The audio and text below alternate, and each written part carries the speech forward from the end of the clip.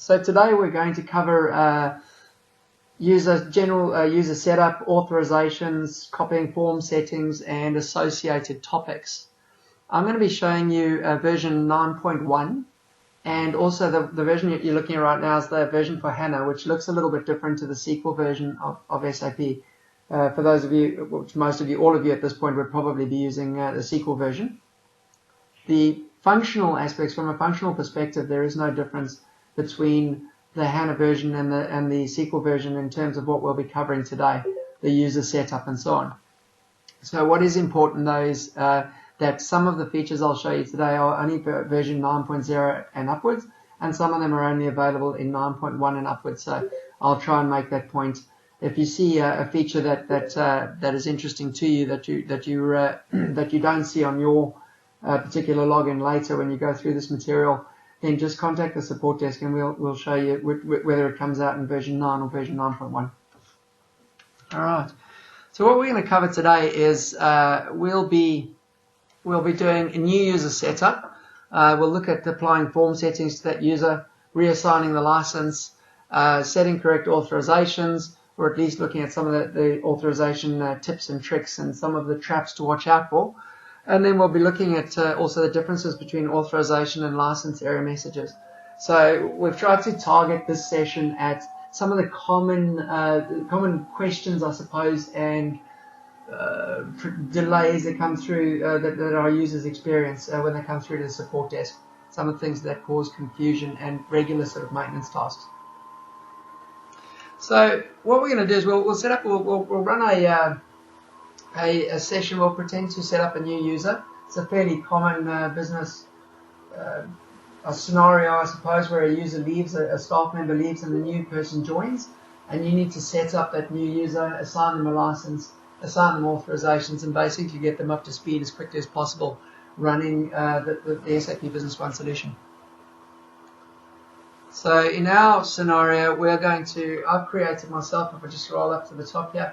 One of the things I'll mention as well is that for many of these tasks, you'll need to be a super user. So when we set up the user, I'll explain what that is. But effectively, a super user has unlimited access to the system. And for example, no one but a super user can set up authorizations. So again, if you're trying to do some of these functions that I'll show you today and you're unable to, it may well be that you don't have super user access, and the support desk can help you through that process as well.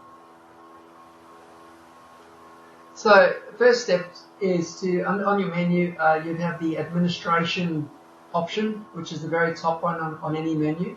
We'll be going to setup and then general, and under general we'll find users. Be careful when you come into the user menu, as I am here, it opens up in add mode. So you can clearly see this because all the fields are white, and also the add button is prominently displayed in the bottom left here.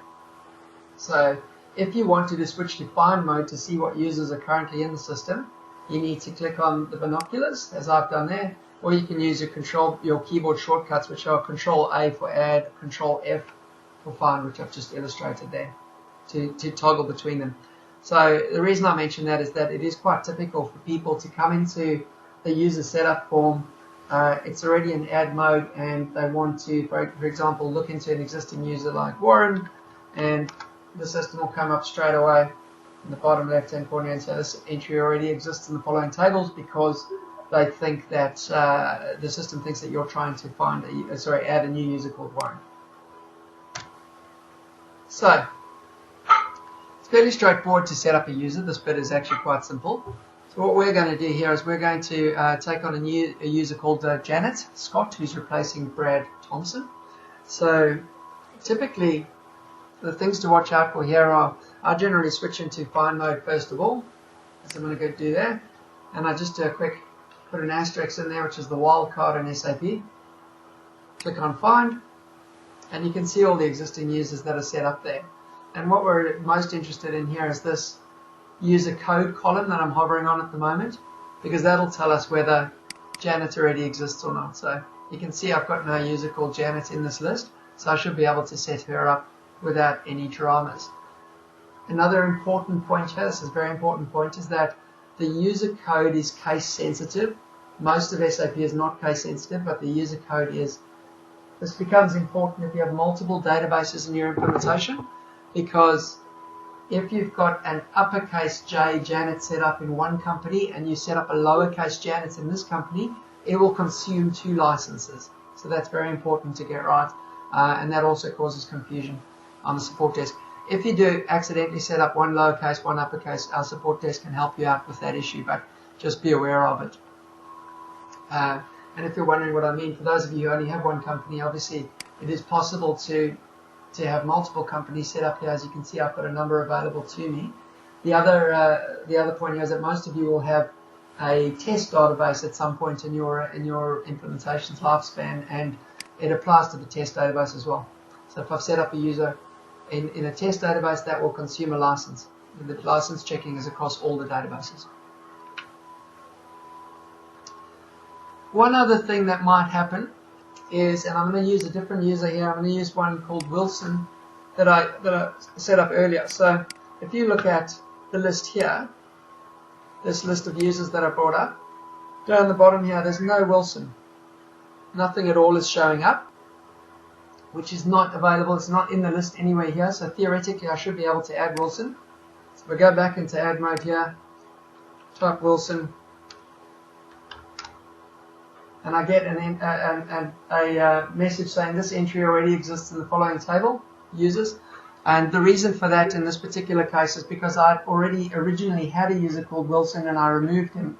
Now SAP does not remove that entry from the database, so it actually goes into the, it's still in the database, and SAP can recognize that fact and will give you a message suggesting that the user already exists. That's for audit purposes.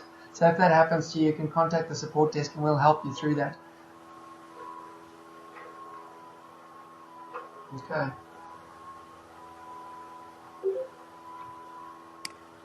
So just going back to my story again, then what I'm going to do is I'm going to add the new user called Janet.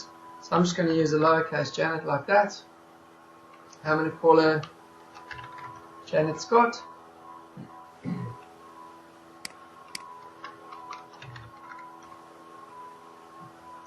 I'll come to this employee in a moment. I'll show you that later on in the piece, how that can be used.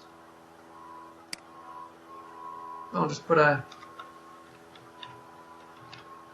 mobile phone number in there.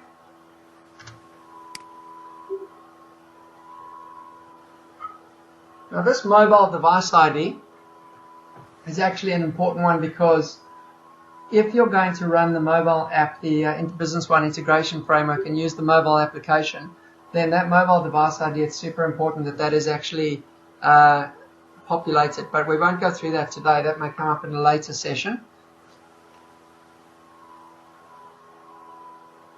That may come up in a later session where we show you how to set up the Business One, the integration framework. But for now, today, I'm just going to mention that the mobile device ID needs to be populated if you wish to use the mobile app.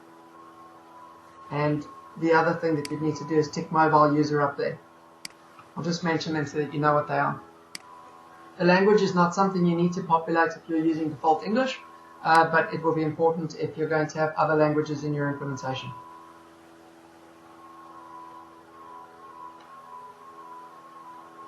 Now what we're going to do with Janet, because she's a brand new user, we're going to ask her to change the password at the next logon. So we'll initially set it up as 1234.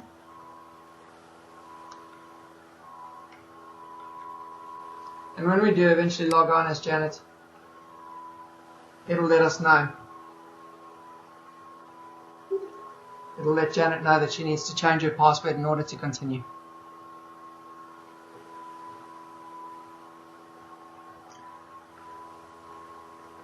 So I'm just going to go ahead and add Janet as it stands now. I'll cover this in a subsequent session. It's just letting me know that if there is an employee linked to Janet's record, that it's going to overwrite the fields, and you can say yes or no. So that's a message that will come up as standard. Right, so now I've created a user called Janet. And if I go to users,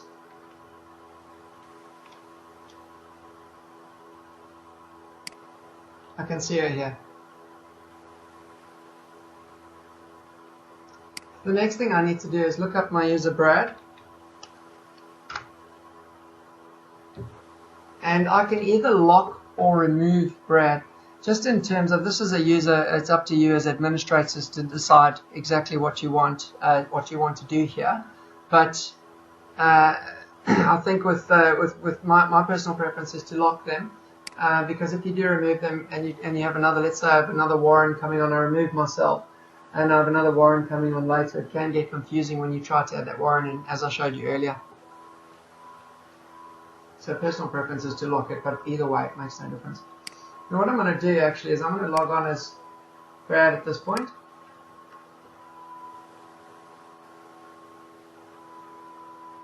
I'll just do that in the background while we carry on talking.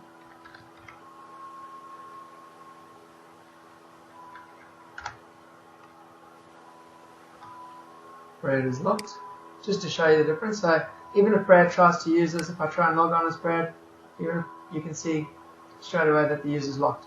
Contact your system administrator.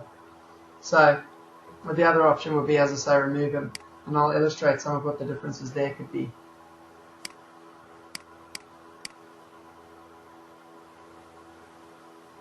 Now, one of the other things I can do before I go and finally remove Brad with Janet, I've got a couple of options I can do here. I can add user defaults. So what I did earlier was I created a user default called Queensland. This is quite a common scenario for our customers, that they have branches in other states.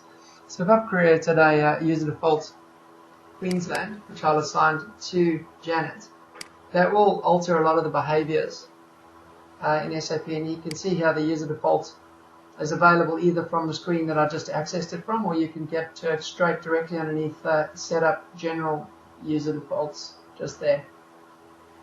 And in this particular case, what's going to happen is that Janet, having been associated with the Queensland branch, will now get a different address and a different printing header, of course languages, things like that, but also right down to the color of her login. She can have a different color screens when she logs in, and I've changed her font size to 14 as well because she prefers a larger font.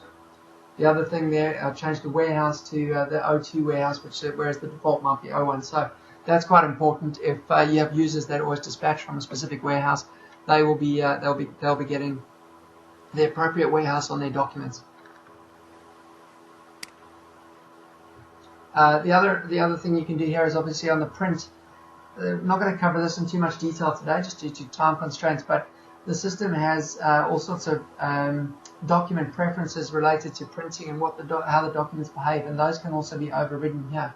So, for example, you can see with if I select a sales quotation, I could tell the system that for Queensland users, I always want to export that to PDF or email that document, print it whenever you add it. So, and I might want to print two or multiple copies, that sort of thing.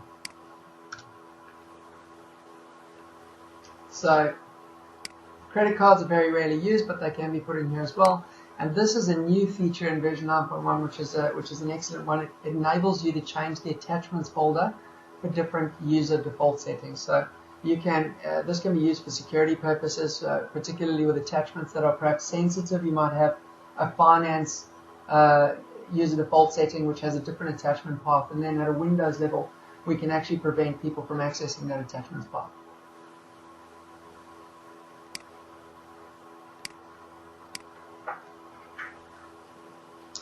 One last thing, just while I'm on this particular screen, is the authorization groups.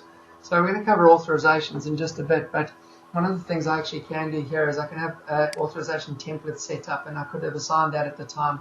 If I knew that Janet, for example, was going to be a sales user, I could assign her an authorization group, and that would already give me a lot of the authorizations without me even having to go into the authorization screen. So I'll show you what effect that can have on the system in just a bit. Okay.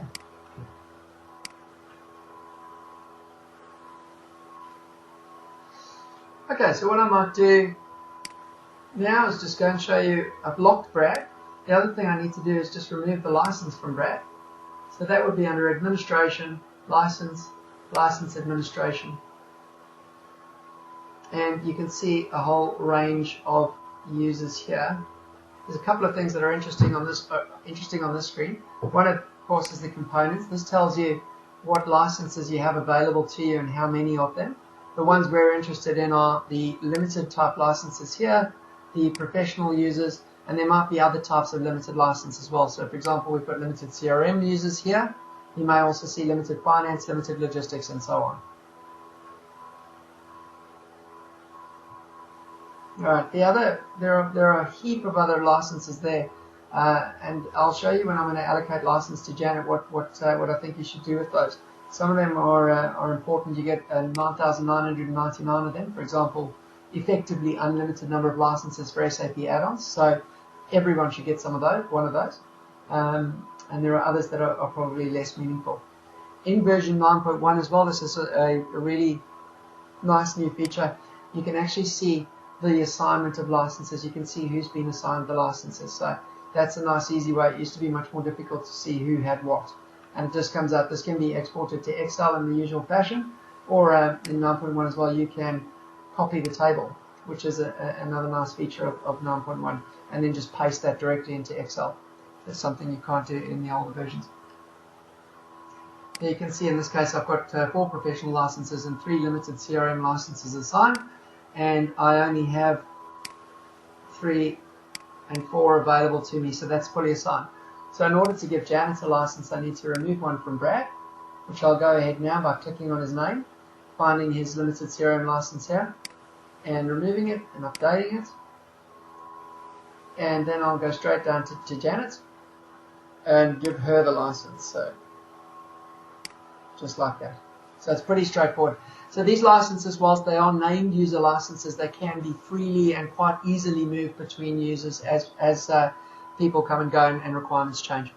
As I mentioned earlier, I think you should always give anything where you see there's 10,000 available, just give the user one of those in every case. Yeah, there are some special type licenses like this B1I indirect. These are internal use licenses that you don't need to worry about. So the rule is literally, if you decide what kind of license the user needs, a limited license, and there may be a variety of them, or a professional license, and you assign them that license, and then you give them one of everything that's got 9,000 available. Pretty straightforward. So what I should have now is that Janet should be able to log into the system. I won't log her in just yet because I want to show you a couple of other settings that I think are important before we get to do that, to logging her in. So you may recall that I already gave Janet some authorizations when by virtue of assigning her a template or a group. But I can also, at this point, I'd probably go down to the authorizations, so system initialization, authorizations, and general authorizations. And if I were to go to Janet and see, excuse me, so she's got no authorizations at the moment, but what I can do is now go to Brad. He's got a number of authorizations and she's replacing Brad, so I literally want her to have the exact same authorizations as Brad. So there's a couple of ways of doing this. I can either hold my mouse down on Brad, drag it and drop it over Janet, and I'll get a system message. Do you want to apply Brad's authorizations to Janet? Yes or no. And the other way to do that is to select Brad and click on copy authorizations. And this is a neater way if you want to do a whole lot of users at the same time. It can also be much easier to do this, and one of the reasons they changed, the old method was always to, for those of you who've been around on the system for a while, the old method was always to drag and drop on someone, but you can see if this list gets very long, that can be difficult to do. So they've produced this new interface to get that job done. So if I'm going to copy Brad's authorizations, I'll just find Janet's in the list, tick it, select OK, and it gives me the same message. Do you want to apply Brad's authorizations to selected users? In this case, just Janet. I say yes, and when I go to Janet, she now has Brad's authorizations. So one of the interesting things here is that, for example, if you look at this effective authorization and you go to, say, for example, journal entry, you might find in this particular case, what the effective authorization is telling us is that if there are multiple overlapping authorizations, it tells you what the final authorization is. So in 9.1, because you have these user groups, these ones over here, so for example, finance, sales, and so on, inventory, and these have been pre-set up template authorizations if you want.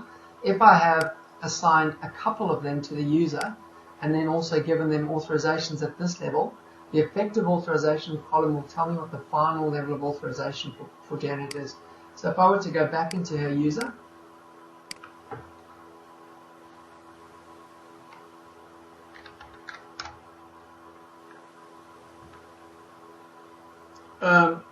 and give her an authorization group, let's say I'll give her finance and inventory and update that. If I just come back to her, what you may find now is that, for example,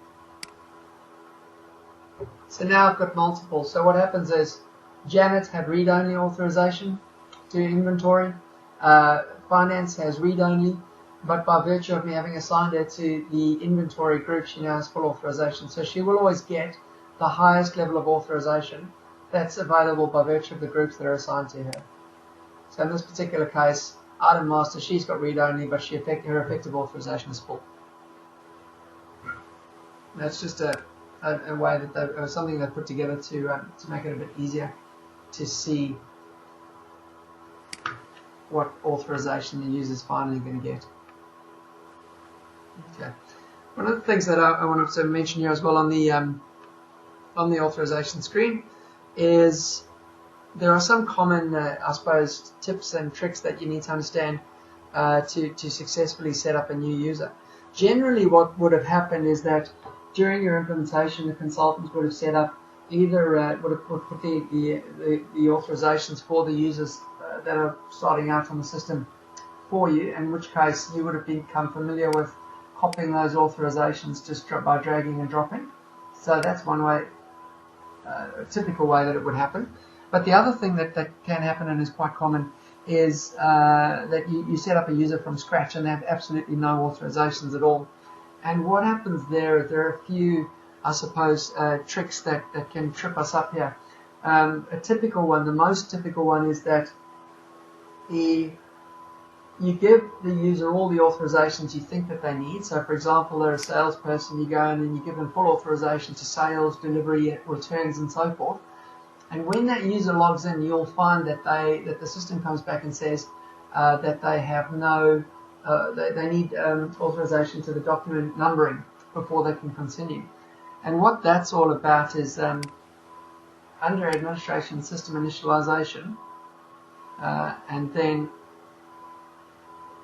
system numbering series here, you've got these series groups over here. So this is a bit of a tricky one.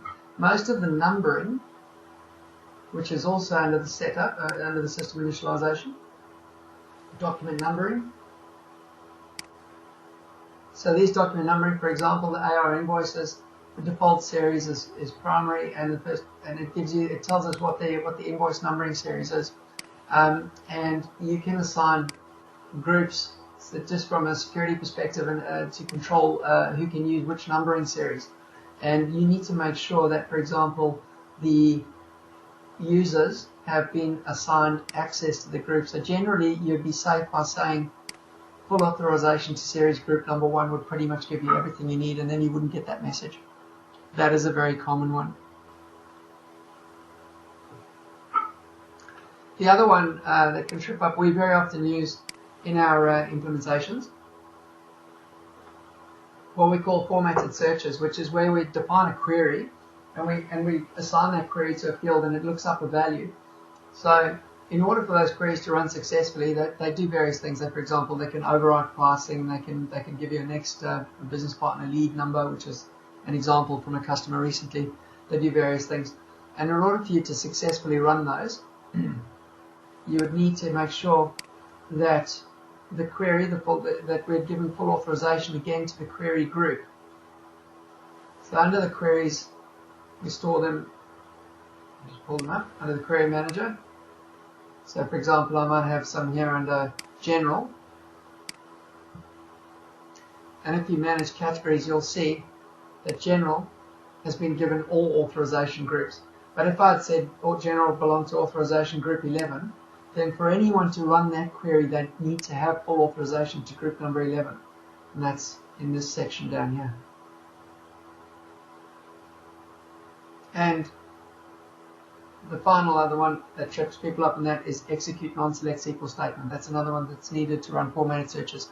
Again, these authorizations can be quite tricky, so if in doubt, phone the support desk and we'll help you with it.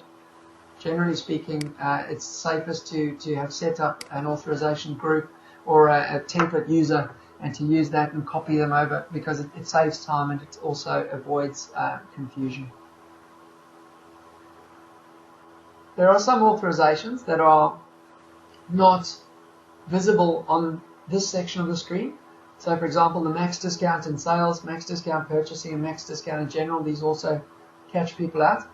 If whatever value I put in here, if for example I put max discount sales as 0%, then I, as a user, that particular user will not be able to deviate from the pricing at all in any sales document, and even if there's rounding, they will be constrained because the rounding appears as a discount. So generally speaking, you give them at least some level of discount authority on the lines. But if your tolerance for, if you want, for example, to make sure that they strictly adhere to the pricing and can't change it, you can actually set it there at the discount level, and also make sure that in the sales or invoice there's a change row amounts authorization here. Final thing I have to say about authorizations before I move on is that you can, one of the things with the sales authorizations, there are a number underneath from sales reports downwards, like changing row amounts, changing sales, all of these from here downwards, including document printing and modifying documents, they also apply to purchasing. So if you've set someone up and you think that they're ready to go in purchasing and they can't, for example, print a purchase order, and they're not permitted to change the row amounts on the purchase order, that's because those authorizations are actually under sales, which is a little bit tricky, but once you remember it, you should be fine.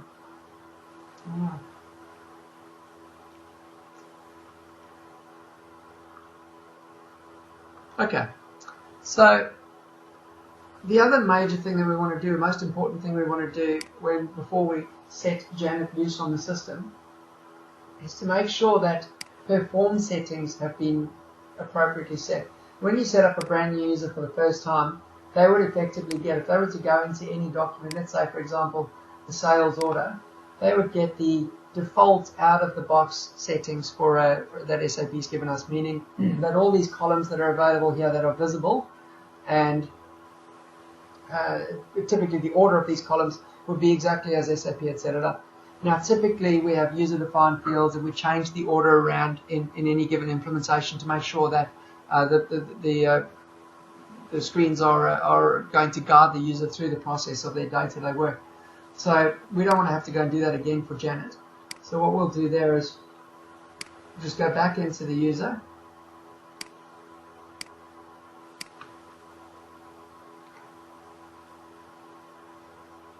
Brad in this case, and we'll copy his form settings just by clicking that button in the bottom right hand corner to Janet. And click copy. Copy form settings will override the selected user's existing form settings. Do you want to continue? Yes, I do. And that'll go ahead and make sure that Janet has Brad's form settings. Obviously, we use this as consultants. We use this quite a bit in the initial setup. We normally have a template user that we set the form settings up during the implementation, and then just before go live, we copy those settings across to various user groups. And you will use it here as well. You can't, obviously the user that you're trying to copy to cannot be logged in at the time, so that's an important one.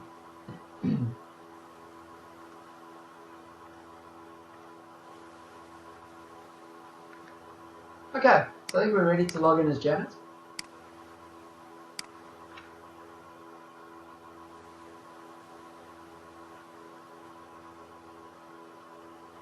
which we'll go ahead and do. You remember that I set that user must change password on next logon. So Janet's being asked to change her password, so I'll put the old one in there, 1, 2, 3, 4, and the new one can be 5, 6, 7, 8. Just remember as well that you may be constrained by a password policy, which I haven't covered today, but you can set up password policies to insist that, for example, the user, that say, for example, have to have a minimum number of letters, uppercase, lowercase, and numbers in their password, and that they aren't allowed to, for example, use the 3 most recent passwords, things like that. Typically a new user will get these type of messages popping up. I generally disagree to participate. The welcome screen can be useful to leave on for a while because it gives the users links to Easy Start Guide, user training, online help, and so on. But once you're a bit more familiar with the system, these things can all still be accessed from the help menu anyway, so I tend to unclick this, show this page at startup, and close it so that it doesn't keep showing up over and over. Then the next time Janet logs in, it won't keep asking her. Without going into too much detail about Hannah, you can see that the actual cockpit is different per user, so she will have a different view of the cockpit and associated functions then, say for example I would on my login. The other thing you may or may not notice is that I remember I set Janet to the Queensland group, the Queensland branch, and she's now got violet forms. There's a range of colors available, so that's one. We generally use that the color scheme to differentiate between the marketing documents, so that a quotation and a sales order are very visibly different, but you can use it as well to differentiate branches. And the other thing you may notice if you look at mine is that she's got a slightly bigger font than me. So that's my font, and hers is quite a bit bigger, so she's got Tahoma 14, I've got Tahoma 12. And that can be quite important because some people struggle to see the SAP screens if it's too small.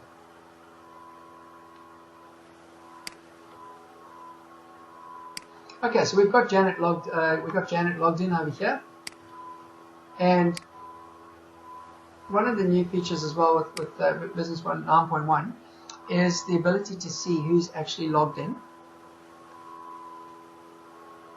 So that has been quite painful in the past, and trying to figure out who's logged in so that you can perform some, I suppose, remediation on the server or perform some maintenance work that needs people to be logged off. You can now go to Utilities and Connected Clients. So it's Administration, Utilities, Connected Clients, and it'll actually tell you everyone who's logged in. So if I want to either send Janet a message saying please log off, if I could type,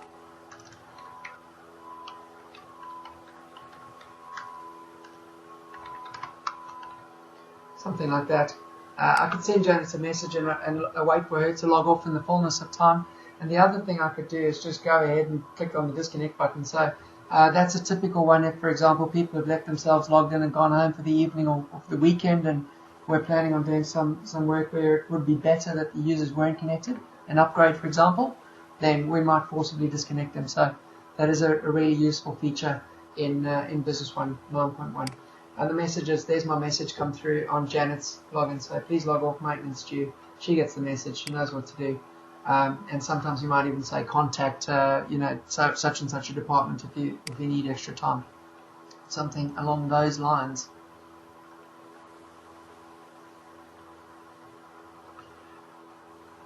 Okay, so that concludes our story example of setting Janet up, our new user who's replacing Brad.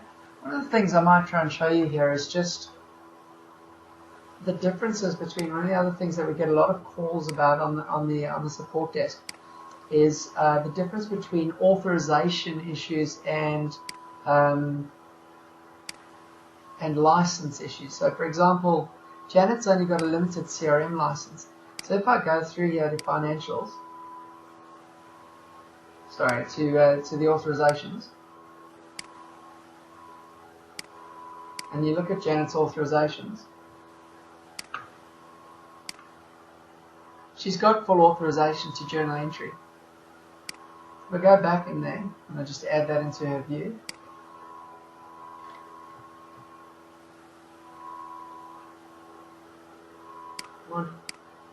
She tries to access journal entry. She's got authorization to it, but you may see this message come up at the bottom. You cannot open window. I'll just do it again. Down here, you cannot open window journal entry with your current license. So that is very different to an authorization message where she's able to, with her license, which is a limited CRM license, she's permitted by SAP to use that function, but she may not have authorization to it. In this particular case, she has authorization to journal entries, but she's unable to actually use it because her license doesn't permit her. So there is actually a license matrix which we can make available on our website, which describes what the different types of licenses can do. Limited logistics, limited CRM, limited finance, and then of course the professional license, which can do everything. So I have, for example, going back to Janet's authorizations, just to show the difference, finally illustrate the difference. She's permitted to do sales quotations based on her license, but I've given her no authorization. And in that case, she gets a message like that. You're not permitted to perform this action, sales quotation. So that's an authorization, and you can clearly see it because it pops up. It doesn't give a red error message in the bottom left. And also what can happen there is I can wander over, put my password in, and temporarily override that. Like one of the people helping you at the till at Woolworths. Alright. Well, that concludes the session for today. So I'm going to unmute everyone and just take any questions. So you're all free to speak at this point if you have any questions about what I've shown you today, or any questions anything that I didn't cover.